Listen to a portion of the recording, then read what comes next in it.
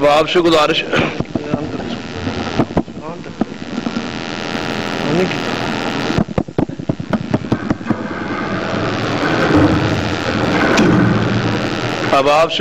ہے کہ وہ نیچے بیٹھ جائیں اور نیچے بیسمنٹ مردوں کے لیے خالی ہے، نیچے چلے جائیں کوئی احباب، اوپر چھت پر بھی انتظام وسیع ہے اور نیچے چلے جائیں احباب، بجائے کھڑے ہونے کے بہتر ہے کہ نیچے آرام سے جا کے صفوں میں بیٹھیں اور خطاب کو توجہ سے سماعت۔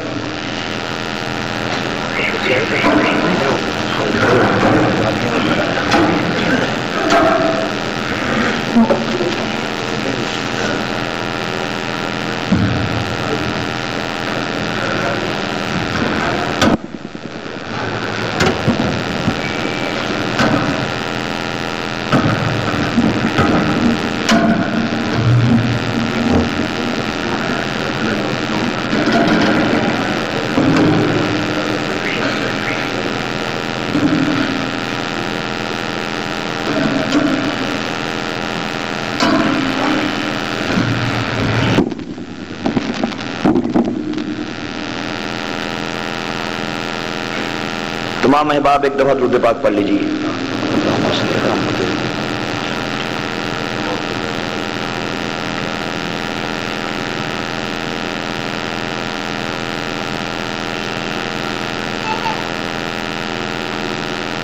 نحمدہ ونصلی علی رسولہ الکریم،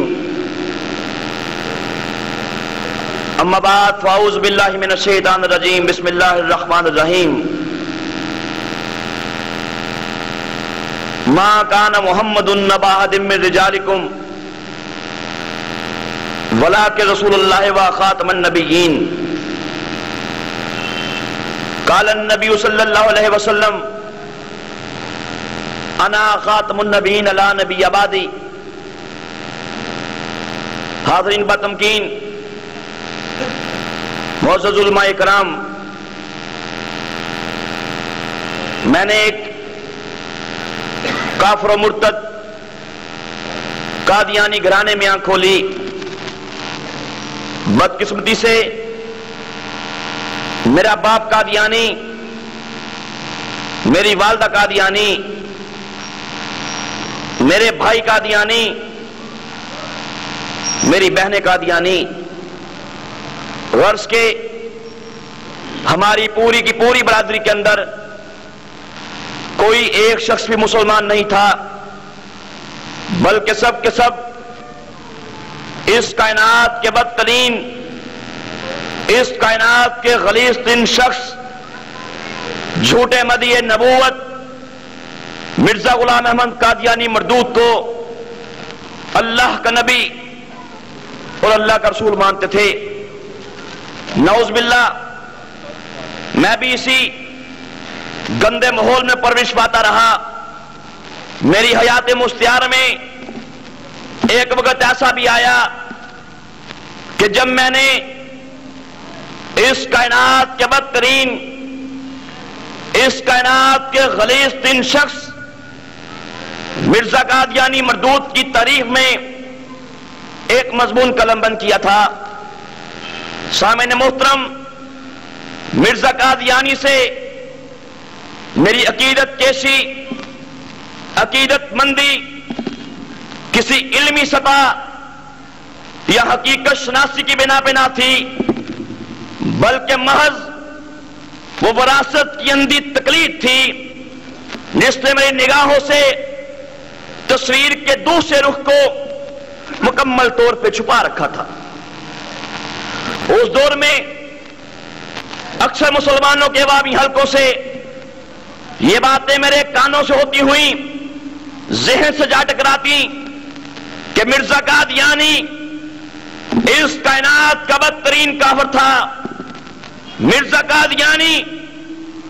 اس کائنات کا غلیظ ترین کافر تھا، جس نے تمام زندگی اللہ پاک کے بارے میں، اللہ پاک کی توحید کے بارے میں، انبیاء علیہ السلام کے بارے میں، انبیاء کی نبوت رسالت کے بارے میں، قرآن پاک کے بارے میں، احادیث رسول کے بارے میں، صحابہ کرام کے بارے میں اہل بیت کے بارے میں،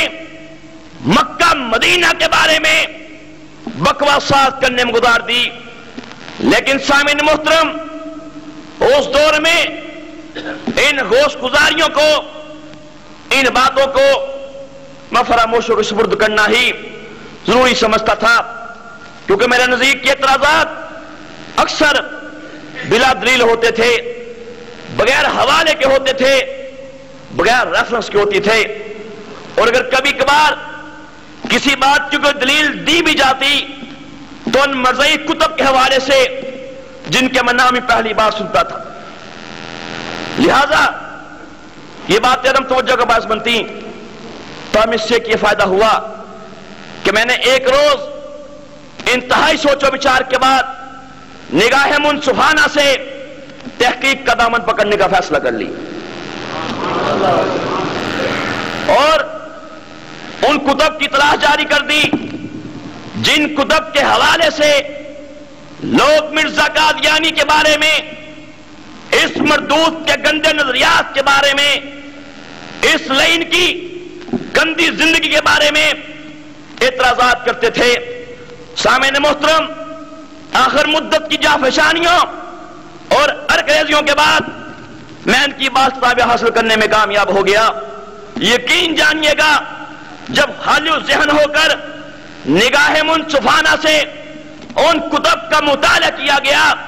تو میری حیرت کی انتہا نہ رہی کہ فی الحقیقت ان کتب کی تحریرات سے یہ بات واضح ہوتی تھی کہ مرزا قادیانی اس کائنات کا بدترین کافر تھا. مرزا قادیانی اس کائنات کا غلیظ ترین کافر تھا، جس سے تمام زندگی اللہ کے بارے میں، اللہ کے نبیوں کے بارے میں، اللہ کی توحید کے بارے میں، نبیوں کی نبوت کے بارے میں، مکہ مدینہ کے بارے میں، قرآن و حدیث کے بارے میں، اسلام کے بارے میں تمام زندگی بکواسات کرنے گزار دی. سامعین محترم، اللہ کا فضل ہو گیا، اس کا کرم ہو گیا کہ میں جیسے جیسے ان گندی عبارات کو، ان کفریہ باتوں کو پڑھتا چلا گیا، ویسے ویسے مرزا مردود سے میری چاہت کے، میری محبت کے، میرے ادب کے تمام بخشیے ادھرتے چلے گئے اور آخر ایک دن کچے دھاگے کی طرح بالکل ٹوٹ گئے اور میں نے اسلام قبول کر لیا.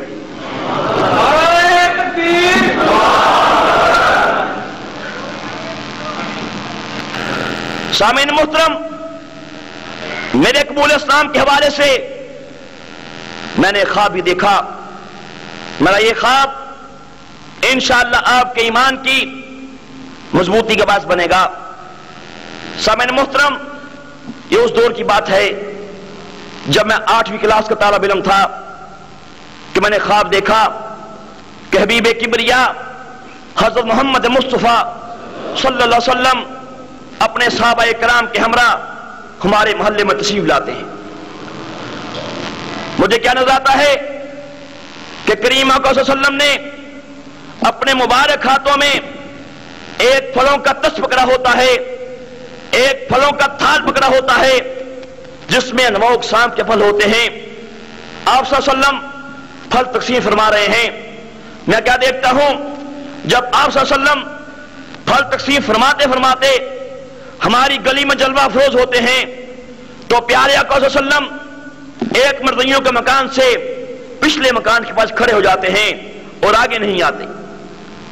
جب میں سارا منظر دیکھتا ہوں تو پریشان ہو جاتا ہوں. لیکن سامعین محترم،